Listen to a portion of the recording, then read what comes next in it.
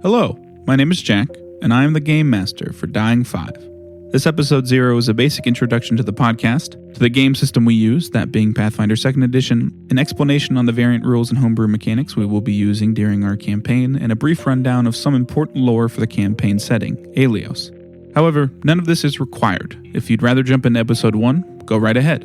Though if you're new to tabletop RPGs, I'd recommend sticking around for the system overview section. With all that being said, let's get into it.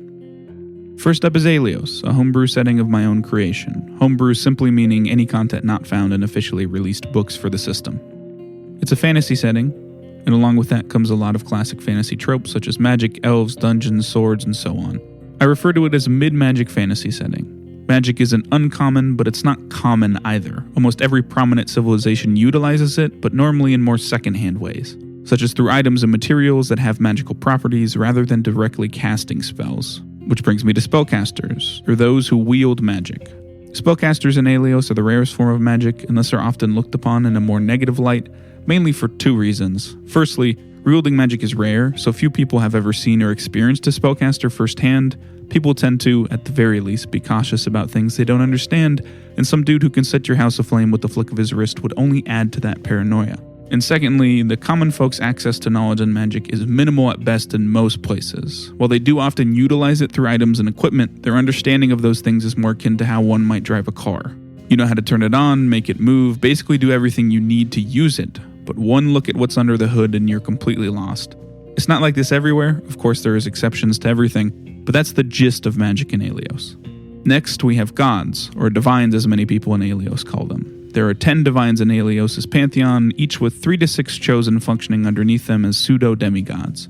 Divines represent broad ideals and concepts that are all related to each other, and the chosen under them embody one specific ideal or aspect of their divine. If you worship a divine and strongly identify with one aspect of their teaching, you'd most likely choose to worship their chosen that represents those teachings. The divine and their chosen are completely separate beings. It is not a case of a divine being their chosen, in the way some gods have different aspects that they can become or are viewed as depending on the situation. The divine is their own creature, person, or thing, and the chosen are the same. They're called the chosen because the divines they serve choose them, clever, I know, granting them godlike abilities. For example, Lady Laura is the divine of freedom, luck, mercantilism, and adventure. One of her chosen, Clavel, is the chosen of luck, which is further broken down into them representing fortune, misfortune, and superstition. The divines and their chosen are not the only beings who are worshipped. There are archdevils, archangels, and some others who sit somewhere in between the divines and their chosen on the spectrum of power. However, they are less widely known and worshipped. So there you have it. The 2 main points I wanted to explain about Aelleos. There's a lot more to be discovered, but that's what the campaign's for. Next up is Pathfinder Second Edition. If you've ever played a tabletop RPG before, specifically one that uses a D20 system, such as Dungeons & Dragons 5th Edition, a lot of what I'm about to tell you will be familiar. A D20 system simply means most mechanics within the game function around rolling a 20-sided die. The general rule of thumb is that the higher the number rolled, the better the result, with the inverse being true as well. Whenever someone is attempting to do something that they could conceivably fail at, resulting in consequences that would matter, they roll a d20, add any modifiers they have, and give me, the GM, the result. I will have set a difficulty class, or DC, which is the number they need to meet or exceed to pass their check. The harder the task, the higher the DC. A character has ability scores, skill proficiencies, saving throws, and much more that make them good and bad at a range of things. As a listener, you will never need to know the specifics to enjoy our story. Only how a D20 system works to give you the important context as to why certain things happen the way they do. A big part of Pathfinder Second Edition system in particular is critically failing and critically succeeding checks. Rolling 10 above or below a DC is the most common way to get critical successes or failures. Though even if that is done, not every check will have a critical outcome. Rolling a 20 or a 1 on your 20-sided dice will also often result in a critical success or failure, but again, not always. All you really need to know is that a critical success is really good and a critical failure is really bad. Now let's talk about combat. Combat will come up more than a few times in our story, so here's a brief rundown of how it works. Once someone has the intent to attack, everyone rolls for what's called initiative. The combat system Pathfinder uses is turn-based, and your initiative roll determines when in the turn order you act. On a creature's turn, they have 3 actions to do whatever they want within their abilities, and 1 reaction they can use at any time as long as the trigger for said reaction is met. Dealing damage in combat is the most common outcome of actions, and that is mostly done in one of two ways. Firstly, with an attack roll, which is one of those d20 rolls I talked about earlier. But instead of me setting the DC is instead equal to whatever you're trying to hit's armor class, or AC. A lot of things can affect a creature's AC, but the most important thing of note is that the higher your AC, the harder it is to be hit by an attack roll. Then there are saving throws, of which there are three kinds in Pathfinder: Fortitude, Reflex, and Will. Fortitude saving throws allow you to reduce the effects of abilities and afflictions that can debilitate the body. Reflex saving throws measure how quickly you respond to a situation and how gracefully you can avoid effects that have been thrown your way. And Will saving throws measure how well you can resist attacks to your mind and spirit. Many abilities and spells call for a saving throw, which the target or targets of said ability or spell make. This is done again with a d20 roll and with a DC preset by the spell or ability. The higher the save DC, the more likely a creature is to suffer adverse effects. The lower your saving throw result, the more of those adverse effects you suffer, the most common of which is damage. Every creature has a pool of hit points that when brought to 0 results in death.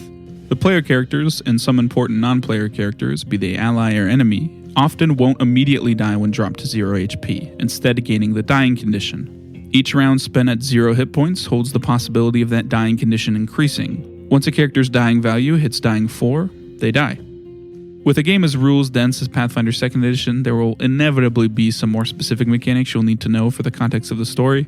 When that's the case, you'll hear this sound, and I'll hop in to give you a brief explanation. Now, onto homebrew and variant rules.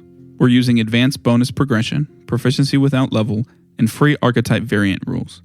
Advanced bonus progression, or ABP, gives player characters automatic upgrades that mirror the benefits they would be getting from magic items at that level. Like I said before, Aelleos is a lower magic setting than standard Pathfinder. This rule allows me to be more stringent when giving out magic items without having to worry if my players are keeping up mechanics-wise. Next, proficiency without level does exactly what it sounds. It removes a creature or PC's level from their proficiency bonus. I'm using this to lean into a more grounded story, where even the strongest of the world are not untouchable by those below them. Free Archetype grants player characters an additional feat on even levels that they can only use to take archetype feats with. Archetypes are groupings of abilities related to a specific theme or class. I'm using this variant rule to help the PCs define their characters outside of their chosen class, allowing them to easily add mechanics to the flavor of their character. I'll also say, I've bent some of the requirements for dedication and archetype feats a bit to further fit the PC's theme and playstyle, which leads us into homebrew. Now right off the bat, I'm aware how tricky it can be to change and modify something without a solid understanding of it.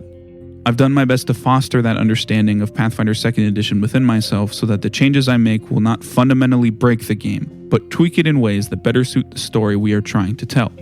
With that being said, the biggest change I've made is to the Treat Wounds action. For the first season and the beginning of Season 2, the changes are as follows. A creature can only benefit from Treat Wounds once. This resets after that creature makes their daily preparations. Treat Wounds no longer removes the wounded condition and no longer requires a check to be made. Instead, the amount of healing done is based on the proficiency level of whoever is taking the Treat Wounds action. All of these changes are made to make Treat Wounds less spammable. We often only have one or a few encounters per adventuring day in our story. These changes to Treat Wounds are an attempt to give longer-lasting consequences to those combats and add mechanical weight to a grittier fantasy setting. That being said, the Treat Wound rules we currently use are an iteration of the previous rule. Instead of Treat Wounds auto-succeeding, you now have to roll.